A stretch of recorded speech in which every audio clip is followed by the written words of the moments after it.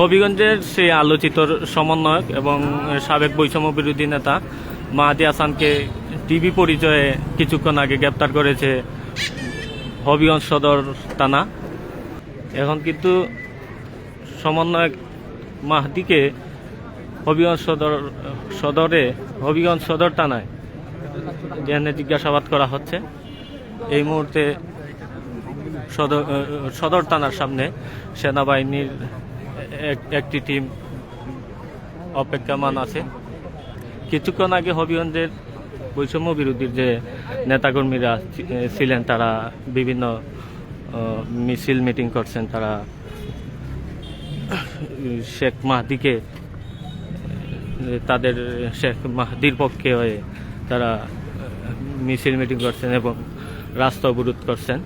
এখন সেনাবাহিনী আসছে। সেনাবাহিনী আসার পরে পরিস্থিতিটা এখন কিছু শান্ত হয়েছে। হবিগঞ্জের সেই আলোচিত সমন্বয়ক মাহদিকে আটক করায় জিজ্ঞাসাবাদের জন্য সদর থানা আনার পর থেকে হবিগঞ্জের সদর থানার গেট সংলগ্ন প্রধান ফটকের সামনে বিভিন্ন নেতাকর্মী জড়ো হয়েছে।